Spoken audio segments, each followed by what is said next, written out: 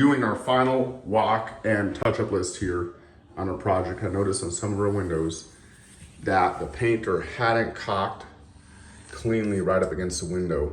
There's a bit of a gap, and to me that doesn't look very good. I know my painter's already long gone, so I'm gonna try a tried and proven method, which is the tape, then caulking.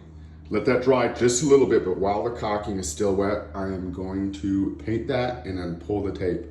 Let's see how that turns out. You can see that line right now. You can see how it's wavy, uneven. There's even a little bit of gapping. So hopefully when I'm done, that will look a world better. Step number 1, apply the caulking. Step number 2, a little water on the finger and then smooth out the caulking.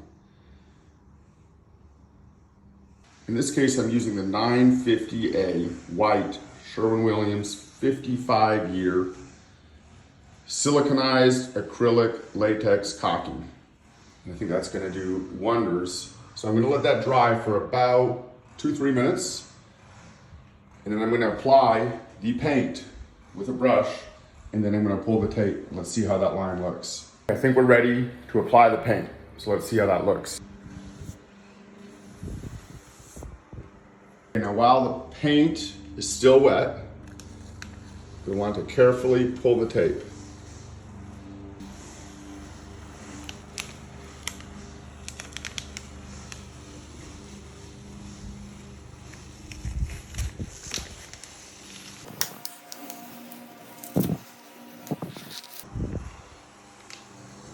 There we have it, guys. 99% better than it was before.